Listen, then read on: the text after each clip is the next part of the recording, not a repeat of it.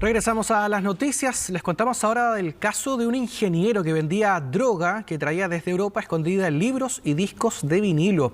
El profesional de 30 años instauró prácticamente una empresa familiar dedicada a la venta de heroína, hongos y éxtasis en Providencia.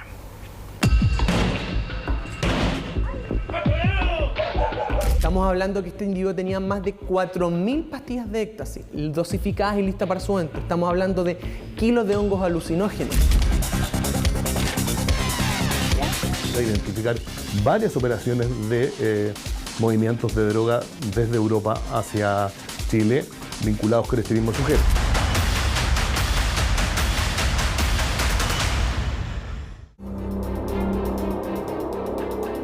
...30 años, ingeniero en informática sin ningún tipo de antecedente delictual que instauró una verdadera empresa familiar dedicada a la venta de heroína, hongos y éxtasis.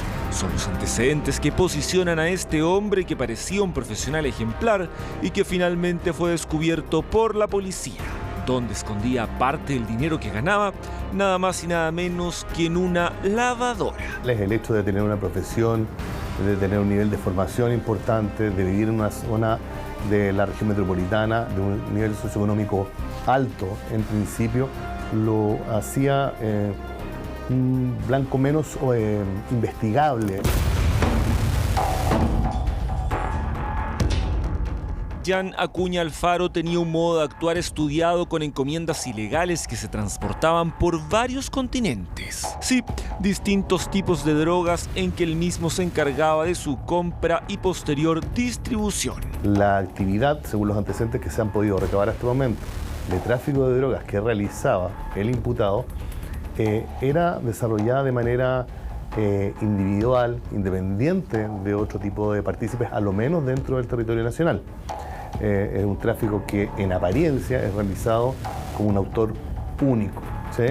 Pero que mezcla dos elementos que son extraños. En primer lugar, fue posible determinar que efectivamente realizaba venta a destinatarios finales, pero al mismo tiempo mantenía un volumen de acopio de droga que superaba los 500 millones de pesos. Un individuo que podríamos definir de alguna manera desconfiado, que la totalidad de los roles o funciones que comúnmente nosotros vemos en organizaciones criminales de mediana o alta estructura con diferentes funciones, básicamente eran asumidos en su totalidad por él. Es decir, nosotros lo vimos en vigilancias internos desarrollando la venta de la sustancia ilegal.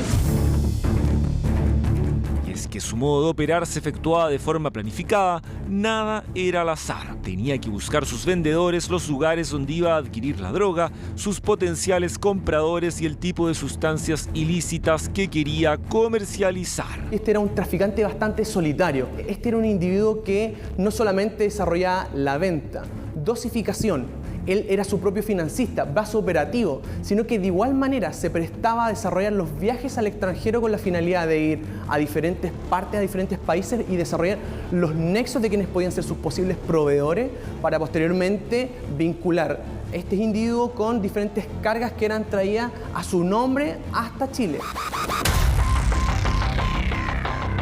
¿Pero a qué países solicitaba la droga? El ingeniero viajaba desde Chile a Estados Unidos, luego tomaba un vuelo directo a Madrid, España, para posteriormente trasladarse dentro de esta misma zona geográfica hasta Ámsterdam, Holanda. Era precisamente aquí que adquiría distintos tipos de drogas, las cuales eran enviadas a Leipzig, Alemania. Así el ilícito negocio ya estaba ejecutado, regresando a Santiago. Y las sustancias ilícitas llegaban días después, primero a la comuna de Maipú y luego a Providencia. La salida hacia Europa era realizada con escalas vía Norteamérica. Eso le garantizaba también un elemento de impunidad, porque en definitiva el lugar donde esta droga era adquirida, que es Holanda, era un segundo o tercer destino dentro de las escalas realizadas por el imputado, lo que permitía, en definitiva, separar el lugar de origen de las drogas del lugar donde, en definitiva, se dirigía desde Santiago. Por lo tanto, en el proceso migratorio en Chile, los antecedentes que registra extranjería en Chile, el viaje es hacia Estados Unidos y no hacia Holanda, el lugar donde esta droga se adquiere. Por otra parte, a través de otras escalas en distintos países, incluido efectivamente Madrid, España, llegaba a su lugar de adquisición de droga en Ámsterdam, Holanda. Ahí se realizaban las adquisiciones y luego el viaje proseguía vía Leipzig, Alemania, para llegar a Santiago de Chile. Si bien en un comienzo sus movimientos no llamaron la atención, con el tiempo el trabajo investigativo permitió que se sembraran dudas en torno a la figura de Acuña Alfaro. Sus transacciones y traslado de la droga fueron seguidas minuciosamente. Incluso la policía alemana comenzó a sospechar del ingeniero. ¿Qué hacía el chileno en Leipzig? Fue la pregunta base en la investigación.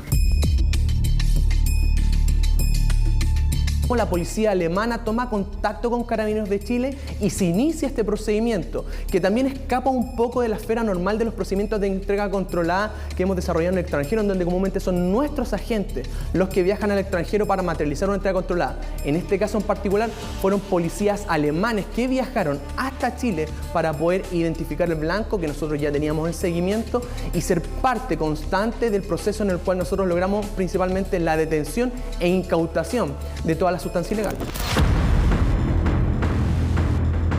Así, el seguimiento incluso llegó hasta el aeropuerto Pudahuel, en que se detectaron minuto a minuto varios de sus arribos al país. Uno de ellos fue su llegada a la región metropolitana tras su periplo por los países ya mencionados.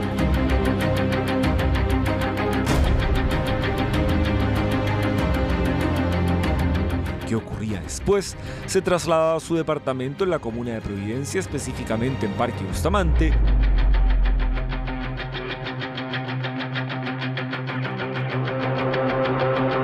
Aquí el negocio se diversificaba y vendía la droga. Él mismo realizaba la venta de forma solitaria en esta concurrida arteria del sector oriente de la capital. En general son drogas de síntesis. Hay ácido lisérgico, hay LSD, hay MDMA o éxtasis en importantísimas cantidades. Son todas drogas que se comercializan en altos valores. Como decía, a diferencia de otras drogas de abuso, estas drogas que son de abuso pero también son muy recreativas, en el sentido de los destinatarios de las mismas alcanzan valores muy altos. También habían hongos alucinógenos, 2CB, el que normalmente es droga sintética que se conoce como TUSI, que en general en la comercialización en nuestras poblaciones es una mezcla de otros elementos, ¿sí? De ketamina y cocaína, en definitiva, y en este caso no, es TUSI en su versión original. Pero ¿cómo se concretaba el traslado de la droga a Chile? ¿Cómo se hacía? ¿Cuál fue el método que utilizó durante meses para pasar inadvertido? Venían encubiertos también en formatos diversos. En algunos casos, por ejemplo, el último de ellos era básicamente un envío de droga encubierto en discos de vinilo. Discos de vinilo que en definitiva en realidad solamente tenían las coberturas y en el interior venía una importante cantidad de droga. Método sofisticado en el transporte de drogas que sin duda llamó la atención de las policías. ¿Cómo se entiende que la policía no se haya dado cuenta en el aeropuerto de Santiago de esto? Lo que pasa es que la idea no es justificar en definitiva, pero los envíos son millones, los envíos que llegan a Chile por sistemas de transporte y encomienda. Y en este caso la forma de ocultamiento era bastante sofisticada, por lo tanto es muy explicable que en definitiva esta droga no hubiese podido ser sorprendida. En estas escuchas telefónicas queda en evidencia la investigación que involucró a toda la familia y círculo cercano del ingeniero. En esta interceptación se escucha a la mamá de Ian conversando con la tía del sujeto. Ya llegó, hablé, ¿ya? Y nos dijo que no podía ir el 18. ¿Por qué? Porque justo como hoy hicieron ese pedido, prefieren no. ¿Por lo de hoy? Sí, por lo de los pasteles de hoy. Pero hay más, porque en esta otra escucha, madre y tía continúan hablando del hombre del negocio y con un lenguaje bastante particular. Sí, palabras utilizadas que claramente llaman la atención y que no corresponden a una conversación cotidiana. Ya, yo no creo que pase nada en todo caso. Pero él está ahí súper, dijo que no lo llames, que no le hables, que no vengas, que no, nada. Que no vayas que no pidas más pizzas y que no vengas tampoco por las pizzas. Ya, ¿le explicaste tú cómo había sido todo? Sí, le dije que habían de carne, de acá, que las más pedidas las de carne. Pero le insiste que no, que quieren las de choricillo. No, yo insisto que eso es más absurdo, pero bueno. ¿Qué cree que es un artilugio? ¿Qué cree que es como una treta? De que la gente que al final le gusta el choricillo llega preguntando por las de carne. ¿Eso era a propósito, intencional que utilizaban esa palabra? ¿Sospechaban que podían estar siendo escuchadas o no tiene nada que ver? Sí, la utilización de un lenguaje críptico, que en general es la denominación que nosotros utilizamos para las investigaciones en que las personas que cometen el delito de tráfico de droga no se refieren a los objetos o a los elementos que se trafican con su verdadero nombre, sino que utilizan otros que les permiten identificarlos, tenía que ver en este caso con la aprehensión natural, atendía el tipo de comercio que realizaban, la aprehensión natural de que pueden estar siendo investigados por la policía sobre todo durante los últimos meses. Ambas, tía y madre, habrían sido las cómplices directas del ingeniero y de su minucioso ilícito negocio para traer la droga desde Europa. Aló, ¿cómo estáis? Preocupado, pues, me imagino, yo igual, porque llegaron acá a la casa preguntando por nosotros dos y estaba sola la justo. Yo todavía no llegaba porque venían tacos. ¿Ya? Y tú caché que no puede estar por la edad sola, partiendo de ahí. Y volvieron después, ahora hablé con ellos. Está súper urgida, caché, por las dos cosas que te digo. Si te digo de que venga, de todo, va a ser difícil. Pues, acá va a ser más extraño. Sí, va a ser difícil. Igual. No, pero te digo, pero acá va a ser más extraño. Aquí se va a poner al revés, ¿cachai? Porque va a ser así como ¿qué onda? Sí, tranquilo. Pero dile eso, porque que mejor que tome otra, no es esa, pues no, y menos se pierde, otra precaución. Con la Fiscalía Oriente nosotros logramos identificar al blanco en primera instancia. Una vez que lo logramos identificar, posicionar desde su último viaje, desarrollamos un seguimiento en terreno y queríamos finalmente fijarlo acá en la región metropolitana. Y es por eso que se desarrolla la intervención telefónica de ese individuo en particular. Con todos estos antecedentes, audios de escuchas telefónicas, seguimientos, fotografías y participación de familiares en el negocio, se procedió al allanamiento en la misma propiedad en que durante meses comercializó la droga.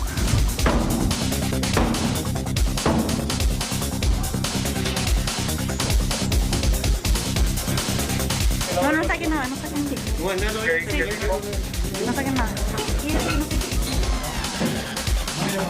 La sala de control me pidió que acerque más a la evidencia.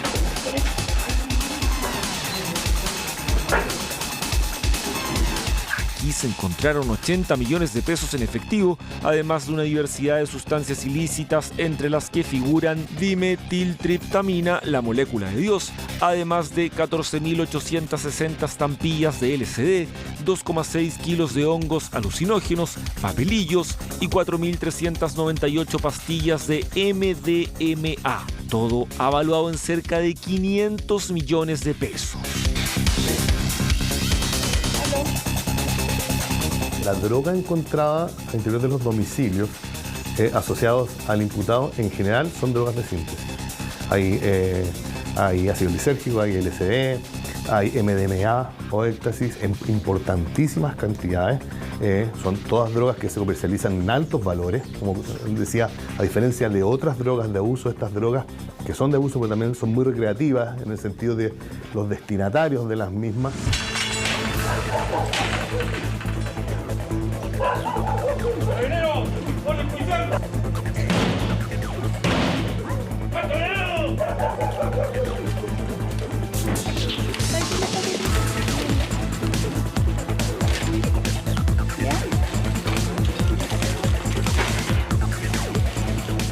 Del dinero que se encontró del que hablábamos anteriormente, llamó particularmente la atención el lugar donde Jan Acuña Alfaro y sus familiares escondían el dinero en esta lavadora ubicada al interior de su domicilio. El escondite del dinero también es particular en este caso, nos refiere o rememora a las historias de por qué en definitiva en origen el delito de lavado de activos, que es un delito de agotamiento especialmente penado, se denominó lavado de activos por una parte por el hecho en origen, ¿no es cierto?, de las primeras organizaciones criminales vinculadas con el lavado de activos, de utilizar por una parte empresas vinculadas al lavado ¿no es cierto?, al lavado, y también el hecho de lavar el dinero propiamente tal. Tras confirmar el oscuro negocio que realizaba, se logró su detención revisando su mochila y encontrando nada más y nada menos que drogas en los libros. Sí, libros, uno de ellos titulado El arte de mantener la calma y otros como En el camino, en los cuales precisamente su contenido habla de algunos tipos de drogas.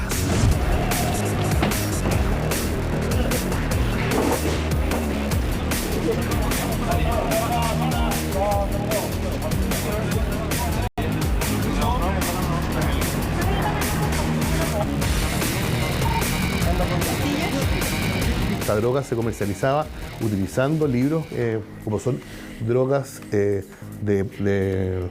pequeño tamaño y fácil de incluir en estos libros, entre medio de sus hojas, en definitiva, eran utilizadas para comercializar de manera segura esta droga, pero además tenía un sello en el sentido de que dentro de los libros que fueron incautados al momento de su detención, cuando estaba realizando esta comercialización, estaba incluida, por ejemplo, En el camino de Jack Kerouac, que es un libro que ustedes revisan, en definitiva, tiene una vinculación en su historia, sentido, en definitiva, de esa historia muy vinculada.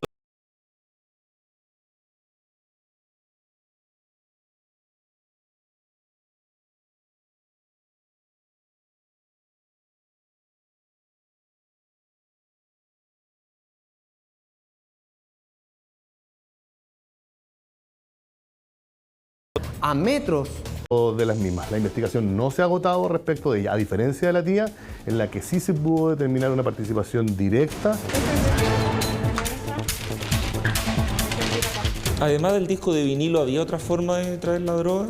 Nosotros teníamos identificados los discos de vinilo y bueno, coincidente es que cuando desarrollamos el ingreso al departamento encontramos evidencia que era concordante, estamos hablando, ya tenía otros CD, ya tenía otros vinilos, ya tenía otras, de hecho tenía un sachet en su refrigerador de esta éxtasis de alta pureza, de las mismas características que los policías alemanes encontraron.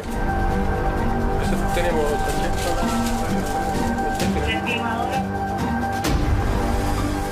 pormenores de la detención de este ingeniero en informática dedicado a la venta de sustancias ilícitas, que viajaba por el mundo, que operó estratégicamente en 2 continentes, que actuó solo como ideólogo de este ilícito y que ahora tendrá que rendir cuentas ante la justicia. Bueno, les recordamos